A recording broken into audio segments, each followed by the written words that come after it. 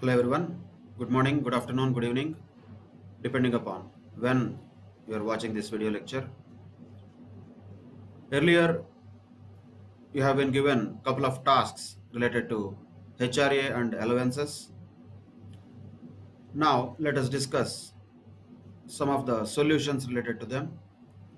Of course, when it comes to task number 2, the HRA taxability has already been discussed, and I hope all of you have got correct answers. If not, rectify them. But now let us take the same problems, but instead of calculating the taxable amount of house rent allowance, let us say we have to calculate a taxable salary. So compute taxable salary is the question, not just HRA. Of course, HRA exemption and taxability calculation will be part of that main question.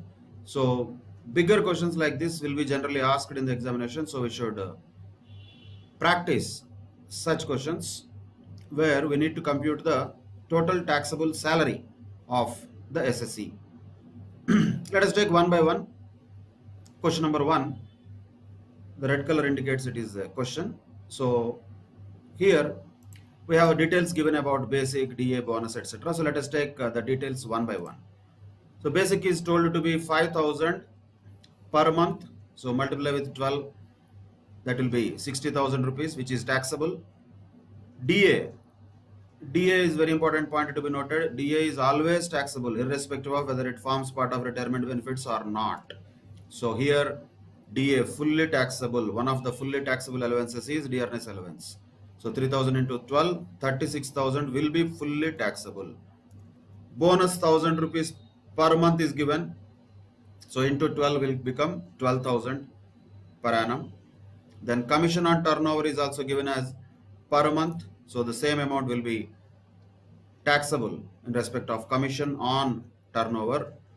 And house rent allowance 8,000 per month is given, and we already calculated how much is the taxable amount of house rent allowance earlier. So let us take that directly, which was 49,200 rupees in this particular scenario. So that is the taxable house rent allowance. So after adding all of this, what we get is the gross salary, we can say. From that, we should reduce 50,000 rupees, or you can show that separately also. 50,000 rupees should be reduced. That is under section 16(1)(a). That is a standard deduction, what we call. So under 16(1)(a), there is a deduction of 50,000 rupees. That has to be also given. After doing that, how much is the taxable salary finally? After deducting 50,000, final answer will be now 1,19,200. That is the taxable salary in this particular case. So what we have to understand here is HRA computation is only a part of this. But just HRA computation anyway we did. Now we are not computing just HRA, which is already a part of it. Now what we are calculating is the total taxable salary of this particular SSC, which includes basic and full DA, all DA, bonus, commission on turnover, and taxable house rent allowance. So after giving a standard deduction of 50,000, finally the taxable salary for this particular case would be 1,19,200. That is how the bigger questions, the taxable salary computation questions, should be solved. Same with question number 2. Already we know the taxable HRA. So directly let us move on to other calculations. So here basic is given as 10,000 per month. So 10,000 into 12, 1,20,000 rupees is going to be the basic. Commission on turnover is 1,500 per month. So 1,500 into 12, 18,000 is going to be the commission on turnover taxable. DA, once again, we don't care whether it forms part of salary or not. It is fully taxable. So whatever is given as percentage of it only forming part of retirement benefits is not for the purpose of determining the taxability of dearness allowance. That is only for the purpose of computation of exemption of HRA. That too for the purpose of computation of salary for the purpose of 1013A. There only forming part, not forming part will be relevant. Taxability, non-taxability has no bearing or no effect because of whether DA forms part of salary or not. So entire 36,000 will be taxable, that is DA. Then house rent allowance, already we know how much is taxable, that is 15,240, which we already calculated. Advance salary should be taxable because we know the salary is taxable either on due basis or on receipt basis, whichever is earlier. Advance salary is automatically taxable as well. So what is the gross salary we can say is 1,99,240. That is the gross salary. As usual, if we give standard deduction under section 16(1)(a), which is always the same as long as the salary is more than 50,000. So if you give that standard deduction, then after reducing it from the gross salary, what we get is net taxable salary. That comes to 1,49,240 in question number 2. So each question we are trying to calculate the taxable salary. Now the taxable salary is 1,49,240. That's it. That is question number 2. Then question number 3. Similar. Dearness allowance. Forming part of salary, he says. We don't care. Just dearness allowance is what we want. 6,000 per month means 72,000 per annum. Dearness pay doesn't form part of salary. Still we don't care. Any name it is. It is fully taxable. So 2,000 into 12, 24,000 fully taxable. Basic of course is taxable. 16,000 into 12. That comes to 1,92,000. HRA we already calculated. How much is the taxable HRA in this case? 50,400. That was already calculated. So we are taking it directly from that.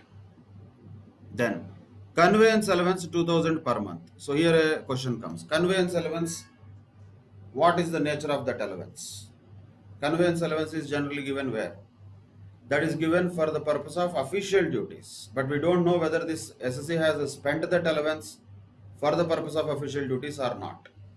So there are only two possibilities. Either we can assume that he has spent or we can assume he has not spent.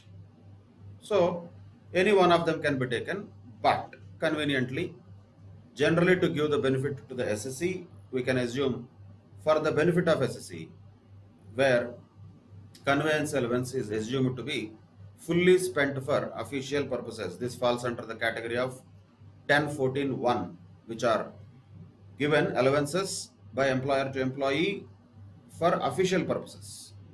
Though we don't have any details, because we don't have any details, we have to assume something about it. So that assumption can be written that the conveyance allowance has been assumed to be spent for official purposes. Then nothing is taxable. Entire amount will be exempt. So finally, what is going to be the gross salary? That is 3,38,400. That is gross salary. And as usual, from that you have to deduct 16(1)(a) standard deduction, which is 50,000. After deducting that, what is the taxable salary? That is 2,88,400 rupees is the taxable salary in this case. Like that earlier also, what we calculated was taxable salary. So taxable salary here is how much? 2,88,400 rupees. That's it. That is question number 3. Same way, question number 4. Same once again. Dearness allowance. We don't mind whether it forms part or doesn't form part. Fully taxable. So 4,000 into 12 taxable. Commission on profit taxable. Everything is taxable. Unless there is an exemption specifically for that, all things are taxable. So commission on profit 1,000 per month is taxable. Then basic of course is taxable. That is 18,000 into 12. HRA, we already calculated how much is taxable. Nothing was taxable. So when it is 0, 0. HRA nil was taxable because exemption was full given to amount of HRA whatever is received, which is already calculated. In the actual examination, this should be a working note for HRA separately. But the result of that working note comes to the main answer, that is nil. Then medical allowance 1000 per month, and we should remember these names of the allowances. Medical allowance is fully taxable irrespective of the actual amount of expenditure. Medical allowance is always fully taxable. So what is the total here? That is 2,88,000. That is the total. And what we can call that, if at all we want to give a name to that, is gross salary. And as usual, from that we need to deduct section 16(1)(a) standard deduction, after which the net taxable salary will be 2,38,000. That is the final answer for taxable salary in case of question number 4. All the points to be noted here are similar. First, DA is always fully taxable. Then commission on profit, commission on turnover, anything, doesn't matter, commission is fully taxable. Basic, of course, will be always taxable. Bonus will be always taxable. Medical allowances will be always taxable. So these are all always taxable. That and things we should know exactly when they are always taxable. Advance salary is always taxable. And HRA is not fully taxable. Definitely for that purpose only we have to calculate the exemption. That is what we can learn from this solving of same questions, but purpose is different now. We are not calculating just HRA exemption, we are also calculating the total taxable salary in each of these cases. It has been like this. For each question, the total taxable salary is like this. You should do these things on paper, not just watching this video. This is only just for reference purposes. You can do that and then check the answers also in this video. But total taxable salary will be these amounts which have been highlighted here. Now, same way, the question number 5 of the same task. Look at first point, commission on profit. Of course, it is taxable. Any commission is taxable. Then basic is naturally taxable, 12,000 into 12. Then house rent allowance we calculated, and we found out that there is no taxability related to that. It is fully exempt according to 1013A. In this particular case, it became like that. So nothing is taxable, nil. Then we should remember these two allowances. Tiffin allowance. Tiffin allowance is fully taxable, whatever it may be. He has used it for tiffin or not. Did he eat breakfast or not? What he had, idli, puri, gare, we don't care. Ultimately, fully any tiffin allowance is taxable. So 2000 into 12, 24,000 taxable. Project allowance 1,000 rupees is fully taxable. That is also part of fully taxable allowances, if you remember. So that is also fully taxable. So finally, after adding up all this, what is the gross salary of this SSC? 1,98,000. Then naturally we have to remember giving this deduction under section 16(1)(a), that is standard deduction. After reducing that standard deduction from the gross salary, what we get is net salary, or we can call that as taxable salary. That is 1,48,000 in this case. So 1,48,000 for question number 5, 2,38,000 for question number 4, 2,88,400 for question number 3, 1,49,240 for question number 2, and 1,19,200 for question number 1. These are the taxable salaries of different SSCs under different circumstances, where we already calculated HRA, so we did not repeat that. We just finally found out the taxable salaries. That's it. Now after this task, another task was given to you, that is task number 3, in which certain problems were asked to be solved. Hope you all have solved them. Let us discuss about the solutions to such questions. There were 3 questions basically. So let's see how these 3 questions should be solved ideally. What should be the correct answers ideally? Let us take one by one. Question number 1 in this. Mr. John works with 2 employers and his salary details for the previous year 1920 are as follows. What we require here is find his taxable HRA. That's all. Nothing else is asked. Only taxable HRA he has asked. Of course, right now we already know, even if compute his total taxable salary also, we can do the same way. But HRA taxability is the only question that has been asked here. So let us first stick to that first. How to calculate taxable HRA is the point. Of course, we know the procedure for calculating the taxable HRA. First, we should take HRA received. Then we have to give exemption under section 1013A. After deducting it, we get taxable HRA. We know that. But what is the dilemma here? What is the new thing here? Here, the person, the SSC Mr. John, is receiving a HRA not from one company, is receiving it from two companies. Is receiving from two different employers. So suddenly it looks like a new question, what is this, how to solve this, all this dilemma will be there. Should not be there. Point is, how does it matter? Ultimately what we need is, for the SSC, we are calculating for the SSC, not for the employer. Two employers, 22 employers, so we should not care. Finally, the calculation should be same. If there are two companies, we'll add up both the HRAs, whatever the two companies are giving to the SSC, that's it. So how much HRA the SSC has received, that matters. How much HRA SSC has received? He received 5,000 rupees per month from A Limited, 3,000 rupees per month from B Limited. Total, he has received 8,000 rupees per month, which means in the entire year, SC has received 96,000 rupees as HRA. That is first point we should note. What we did, nothing. Just added up whatever HRA received from A Limited and B Limited. He received 5,000 from A Limited, 3,000 from B Limited. Total 8,000 multiplied with 12, 96,000 is the total HRA received. But that is not enough for us. We need to find out exemption under section 1013A.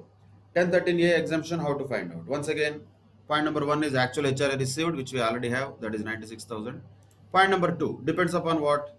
Rent paid minus 10% of salary. So naturally in this question, what is salary becomes a very crucial point. Once again, what is salary? What is the salary that the SSC has earned? That matters. Whether A Limited paid it, B Limited paid it, C Limited paid it, who paid it, how many people paid it, that doesn't matter. How much earnings SSC had? SSC had what earnings? What will be included in the salary here? Naturally, once again, basic plus DA forming part of salary plus commission as a percentage of turnover achieved by the employee. Only these three things will be added in salary here, that we know already. Means basic will be there. So let us take this carefully one by one. Basic, how much? Basic is getting 5,000 from A Limited, 8,000 from B Limited. That means a total of 13,000 is getting as basic. So that is there, 13,000 into 12 plus 13,000 into 12 is basic plus commission on turnover is given for A Limited only, which is possible to be taken with an assumption that this is already computed as a percentage of turnover achieved by Mr. John. That assumption should be written because it is given as a fixed amount, not as a percentage. We should assume that this fixed amount is already calculated as a percentage of turnover achieved by John. So assuming that commission on turnover is no problem, it can be included in salary. Commission on profit that he receives from B Limited should not be included in salary because the provision only says salary here includes commission on turnover achieved by the employee but not commission on profit. So 30,000 should not be included for the purpose of salary here. Then dearness allowance comes. Once again, dearness allowance also there are two employers for him. He receives 6,000 per month from A Limited, which is forming part of salary, and 4,000 per month from B Limited, which is not forming part of salary.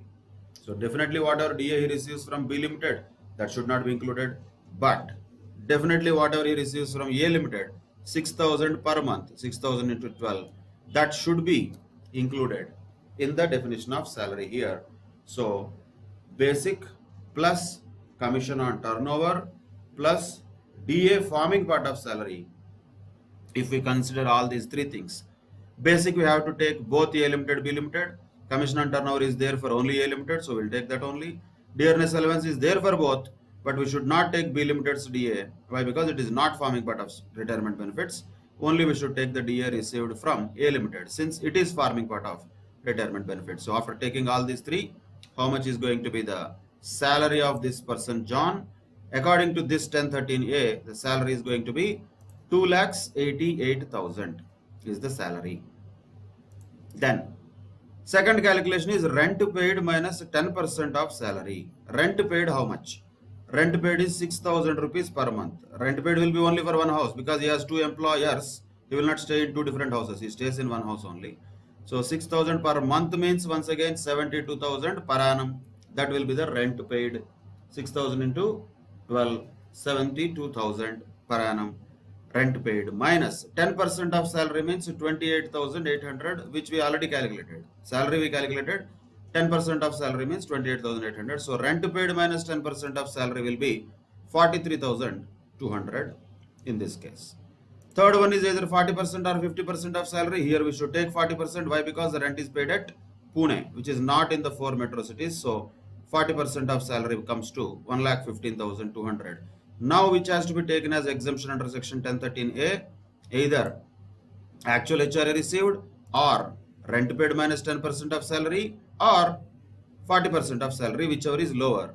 Naturally, whichever is lower here is 43,200. So taking that as exemption under section 1013A, naturally the taxable HRA will be 52,800 in this case. That is the answer for question number 1 in task 3. 52,800 is the taxable HRA. That's what is asked in the question. So you should have got 52,800 as answer for taxable HRA. Of course, we can extend this question also. Let us say to calculate the taxable salary of Mr. John. Can be asked. That can be actually a perfect 5 marks question or a 4 marks question. So taxable salary of John can be calculated by taking each of these things one by one. So let us take them with the particulars and amount. We don't need separately for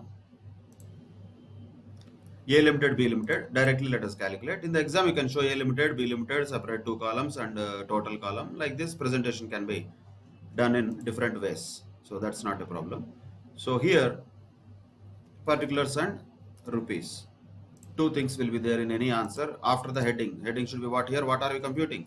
Statement showing computation of taxable salary of Mr. John for the assessment year 2020-21. That should be the heading here. So let us start with basic. How much was the basic? 5,000 per month from A limited, 8,000 per month from B limited. So total will be naturally 13,000 per month into 12. That comes to 1,56,000, which is basic. Then commission on turnover should be added or not? Yes, everything is taxable, so it should be added. So commission on turnover is 60,000 rupees to be added, definitely yes. Then commission on profit should be added in the salary or not? Yes, we are calculating taxable salary. So that is also taxable. Commission on profit also is taxable. So 30,000 should be included. Dearness allowance. Dearness allowance here, there are 2 dearness allowances. We don't worry about whether they are forming part of retirement benefits or not. So directly we can take 10,000 into 12 because it doesn't matter whether dearness allowance is forming part of salary or not. So 1,20,000 will be taxable, 10,000 per month. Then house rent allowance is there, which we already calculated how much is taxable. House rent allowance, that is 52,800. That comes from the working note in the main exam. That's it. These are all the various things which should be included in the taxable salary of Mr. John. So this is the gross salary, and then naturally if deduction under section 16A is given, from that if we reduce 50,000, what is the net salary, or you can say the taxable salary will be 3,68,800. That is the final answer, 3,68,800. In this case, if it is asked, which is perfect to be asked.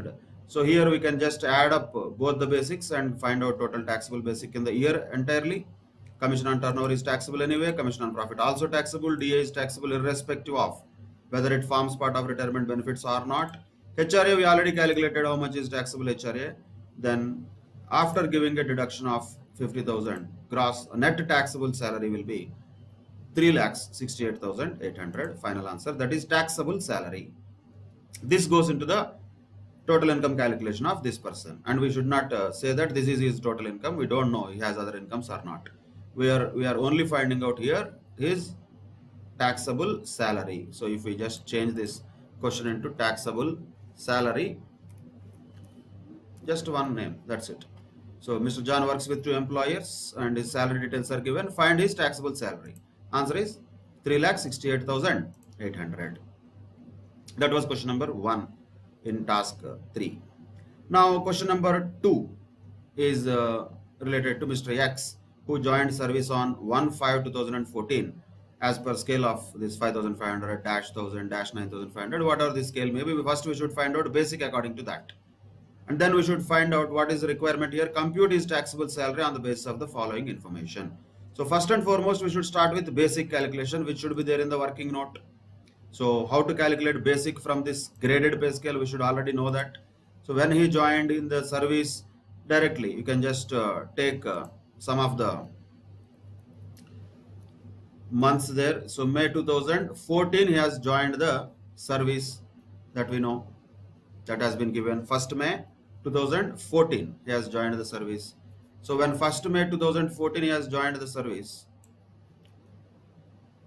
till what time there could be the same salary that is applicable to him? Naturally April 2015, next year that it will be same salary that will be applicable to him. So we know this already. So from 1st May 2014 till April 2015 he will have same salary, whatever it may be. That is a period in which he will have same salary. How much is that same salary? Because he joined at a scale of 5,500 rupees. That is the salary he will have between this period, May 2014 to April 2015. So that will be 5,500 rupees in the first year of joining. That's what is given in the graded pay scale. Then they will keep on increasing. So let us take 2015 onwards, how it will be. 15, 16, 17, 18, 19 even we can take, yes. Then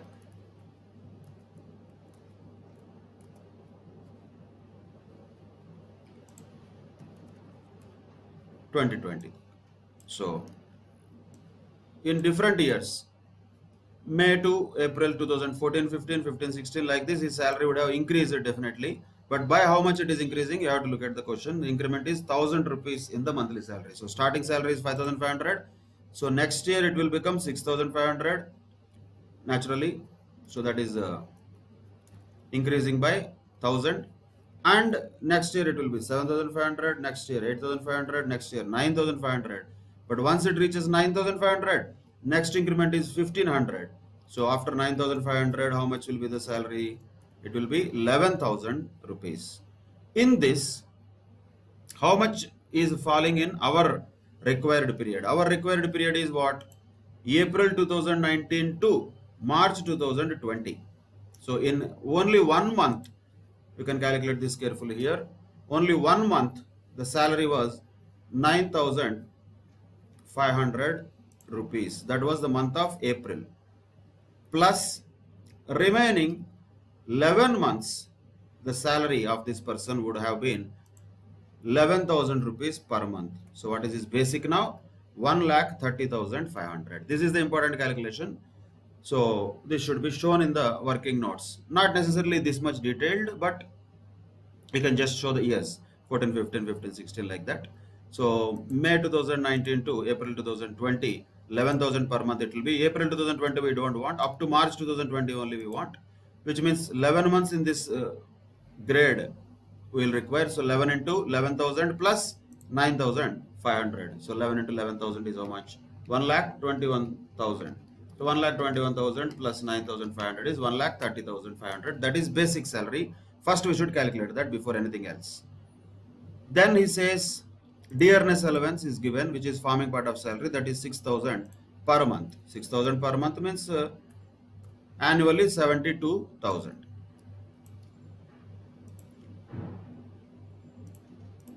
So 72,000 is dearness allowance annually, naturally, because the amount per month is 6,000 given already, which is taxable. No need to no need to have any second thought on that. Directly, any time dearness allowance is fully taxable. Forming part, not forming part does not have impact on its taxability. Then house rent allowance is given. Rent paid in the Nagpur is also given. For that, we need a working note. We cannot directly take it. So for that, what we need? We need to calculate exemption under section 1013A, and we can follow the same kind of procedure what has been followed earlier. You can do this in the separate working notes. So first of all, you should take actual. This is all a separate working notes. So this is all working notes number 1 to find out basic. This is working notes number 1, and this is working notes number 2 to find out taxable HRA. Two different working notes will be required in the examination as part of good presentation. So how much is HRA actually received? That is 4,000 per month, which means 48,000. That is HRA received. Exemption is what we are supposed to calculate. For that purpose, we need to know what is salary here. So what is salary for the purpose of this? Once again, basic plus DA, forming part of salary, plus commission as a percentage of turnover achieved by the employee. So how much is basic? We know already, 1,30,500. DA, it is given very clearly that it is forming part of salary, so we can take 72,000. There was no commission on turnover, so directly salary in this case will be only 2,02,500, just basic plus DA, 2,02,500. That is the salary for the purpose of 1013A. That is not taxable salary or anything like that. It is only salary for the purpose of computation of exemption of HRA. So that is salary what we know. Then the second calculation will be rent paid minus 10% of salary. Rent paid is how much? In Nagpur he said, okay, that's fine. Rent paid 48,000, naturally 4,000 per month means minus 10% of salary means 20,250.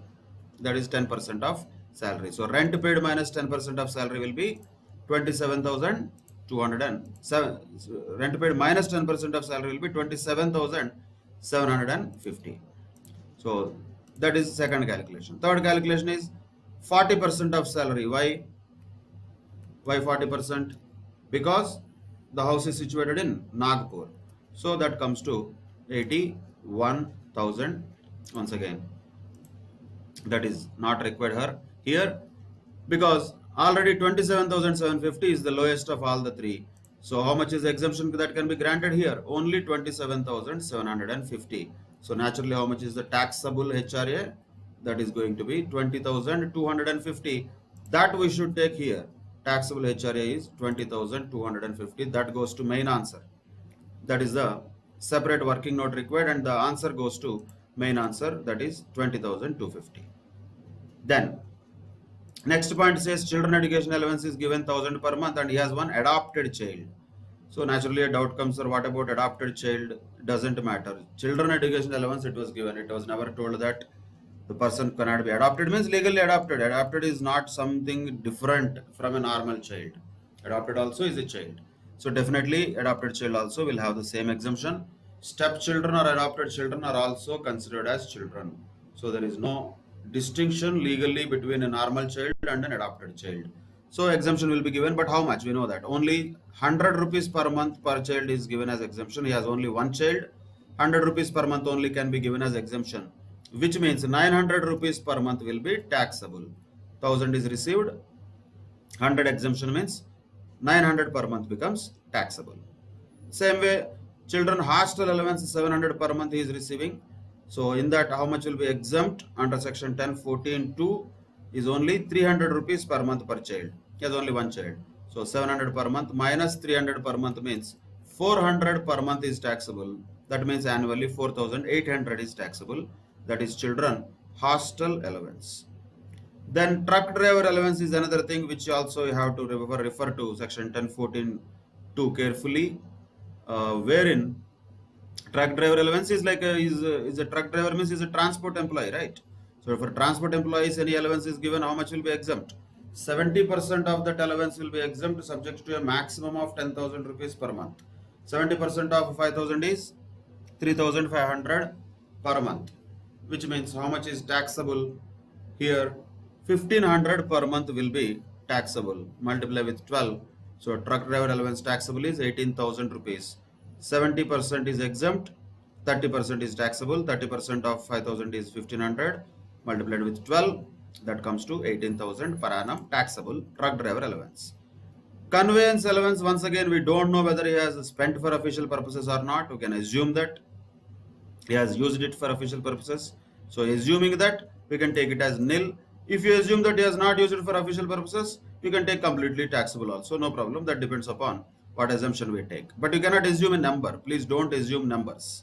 He might have spent 200 rupees only, I assume. He might have spent 400 rupees only, I assume. No, that like that you cannot assume. You can assume a tendency, no problem, but not a number.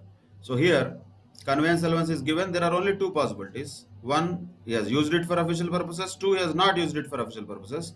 According to the assumption, treatment will be there. Let us assume he has used it for official purposes. Hence, nothing is taxable here, fully exempt. That falls under the category of allowances which are exempt if they are fully spent. So what we are trying to do here is we are assuming that they are fully spent. There ends the matter. This is the total gross salary, we can say, of this particular SSC, Mr. X, 2,56,350. But as usual, we need to deduct section 16(1)(a), standard deduction should be done. Then after reducing that also, what is the taxable salary finally? That will be 2,06,350. That is the final answer. 2,06,350. That is the taxable salary, we can say, of Mr. X. That's it. That is the answer what has been asked. Compute his taxable salary is what was asked. We computed taxable salary 2,06,350. In this, main working notes are: 1. Computation of basic, which is all covered here, and 2. Computation of HRA taxable, which is all covered here. And other things to note: adopted child is not a different one, and truck driver allowance is exempt only to the extent of 70% of the allowances were received. So up to only 3,500 is exempt here, and conveyance allowance is assumed to be spent actually for official duties. So these points are to be written as working notes. A perfect question. These type of questions exactly can be expected in the exam also. So we have already reached to a stage where exam questions we can solve. But of course, still there are other aspects of salaries which we need to do, that we'll see later. However, as of now, definitely there is a possibility of solving questions from the examination point of view. So this is how they should be solved. And the first question, we calculated the taxable salary, though the question was asking only for exemption of HRA. That also we have to calculate anyway. Then also calculated the total taxable salary. Second question anyway asked the taxable salary, which we calculated here. That's it. So I hope you got the same answer. If not, identify why you did not get the same answer. If it is because of a different assumption, that's okay. But if it is because of a wrong treatment, then it is not okay. You need to rectify that. Okay. That was question number 2 of task 3. Now question number 3, let us say, is also same: compute taxable salary of Mr. Y, and let us just take it here itself. But in the exam, definitely particulars, amount, per details will be there. So let us just do it only numbers here. So here basic salary is how much? Normally 6,000 per month, but 6,000 per month, how many months like that? Up to 9 months it was like that, because it has been increased to 10,000 per month from January 1st, 2020. So that means 3 months it was 10,000. Remaining 9 months it will be 6,000. So definitely 3 into 10,000 plus 9 into 6,000 will be the final answer for basic. That has to be just computed according to whatever the information is given. So 6,000 into 9 plus 10,000 into 3. That is the basic salary. DA. DA is given as 30% of basic salary. Okay. If it is 30%, then let us calculate that. DA is 25,200. 30% of basic salary. That is DA. That comes to 25,200. Then house rent allowance is given, and house rent actually paid in Patna is also given. Here that cannot be directly calculated. You have to calculate it in the working notes only, no option. So once again, you need to do all the same type of working notes separately. Separately it has to be done. So let us take these amounts one by one. So what is the HRA received here? Amount is given here 3,000 per month. So naturally 36,000 is going to be HRA received. Exemption is what we are calculating. For that purpose, we need to know how much is salary. So how much is salary? For that, we need to look at the question carefully. We cannot jump to the question just because HRA is given in the beginning. We need to completely look at the question. Where basic is there? Yes. DA is there? Yes. Okay. You have to also check whether there is any commission as a percentage of turnover or commission on turnover in the question. You have to check that carefully. There is no such commission, so we can stick to basic and DA only as salary. What is basic? Already we calculated 84,000. Now the question comes naturally. DA whether it forms part of salary or not, it is not given in the question. Once again, you have to take an assumption, no option. We have to assume only two possibilities. Once again, there will not be 100 possibilities. Assumption means only generally two possibilities will be there. Either this or that. Either it is forming part of salary or it is not forming part of salary. In general, if it is given as a percentage of basic, I suggest that you assume it is forming part of salary. But there is no rule like that. No law like that. It is all completely our choice. So, but because it is given as a percentage of basic, let us take it as forming part of salary. If you took any other assumption also, no problem. But you have to write that assumption in any case. So one of the working notes for this question should be, in our scenario, what we have assumed dearness allowance to be forming part of retirement benefits. So what is the total basic plus DA? 1,09,200, that is salary. Then rent paid minus 10% of salary. Rent paid in Patna is 1,500 per month. 1,500 per month is the rent paid in Patna. That minus 10% of salary. 10% of already what we calculated salary. So how much is going to be rent paid minus 10% of salary? That is 7,080. Then Patna it is, so 40% of salary already it is there. So 43,680, whichever is lower. The lower one is this 7,080. So how much is the taxable HRA? Naturally, HRA received minus exemption. So taxable HRA is 28,920. That has to be calculated in the working notes, no option. So once you calculated that, now let us take it here, 28,920. Okay. So we have basic 84,000, DA 25,200, HRA taxable only 28,920. What we calculated according to 1013A exemption. After it is given, remaining taxable is 28,920. That's it. That is HRA. Rent paid in Patna is not an income, that is only an information. Then we have children education allowance.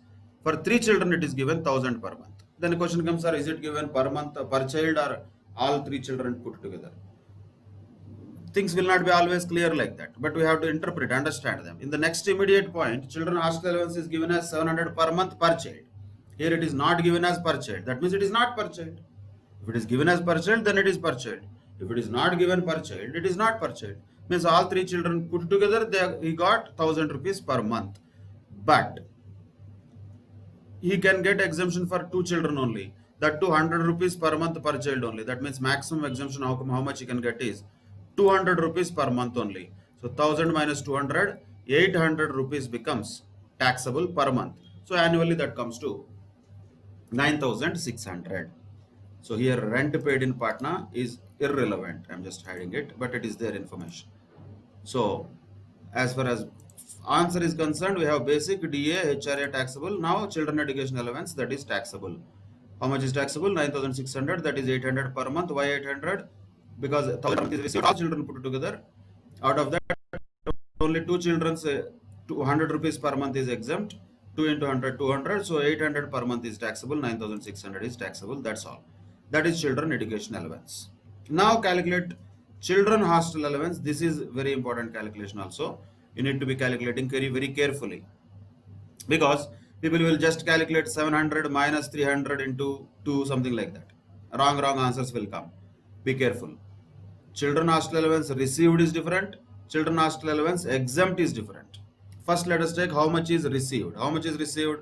700 per month. So multiply with 12 per child, multiply with 3.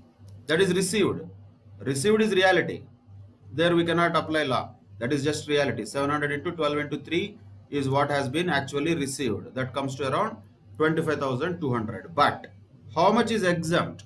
From that, how much can be reduced? Only 300 per month.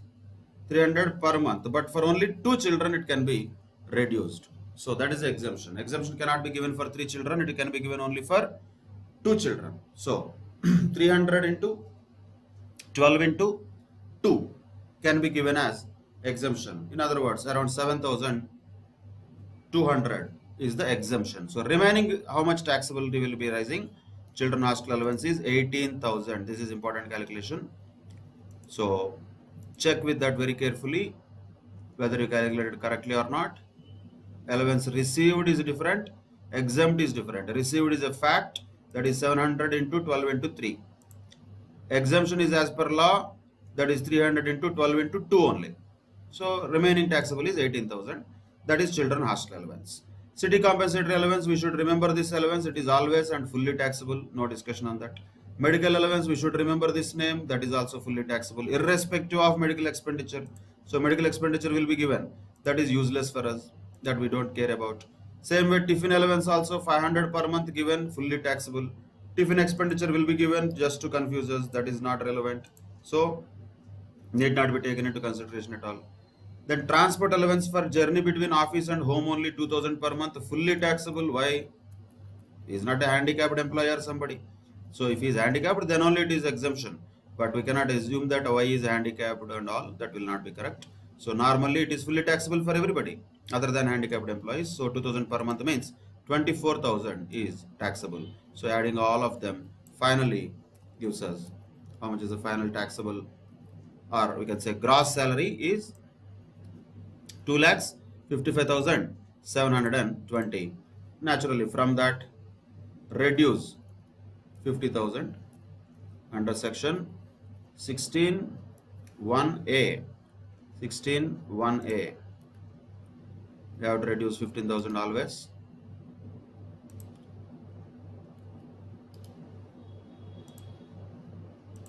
So after reducing that, finally the taxable salary under for this question is 2,05,720. That is the final answer. 2,05,720 is the final answer. So what can be the assumptions here?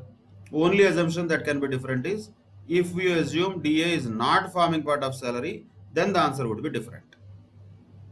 Other than that, remaining everything is straightforward. City compensatory allowance fully taxable, medical allowance fully taxable, tiffin allowance fully taxable, transport allowance fully taxable.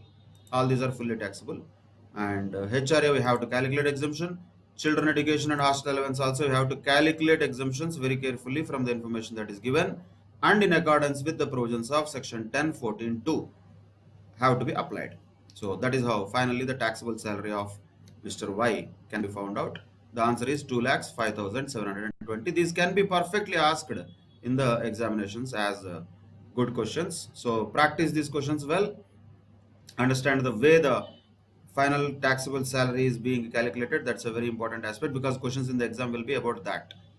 Other things like small things, how to calculate HRA exemption, definitely very important.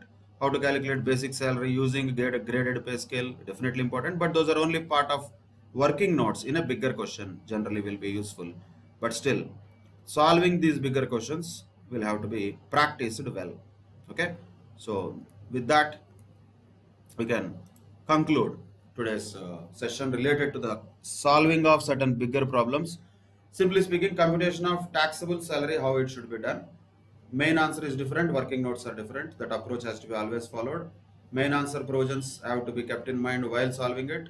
working notes provision only has to be thought about while solving or while preparing that working notes. So that thought clarity is very important. If we mix these things up, then naturally the confusion will arise and the problems will go wrong, solutions will go wrong, answers will go wrong, marks will also be cut because of that. So more practice, more clarity on the provisions is the only solution for solving these questions correctly. So hopefully you're all studying the provisions well, writing them on paper also with their summaries, and also practicing these questions on paper, not just by pressing calculator or not just by watching these type of videos. This is only for you to understand how to solve the problems. Actually the problems have to be solved by you. So I hope you do that as early as possible, and then we can move on to another segment of this chapter salaries in the next session. Till that time, take care. Bye bye. Thank you very much.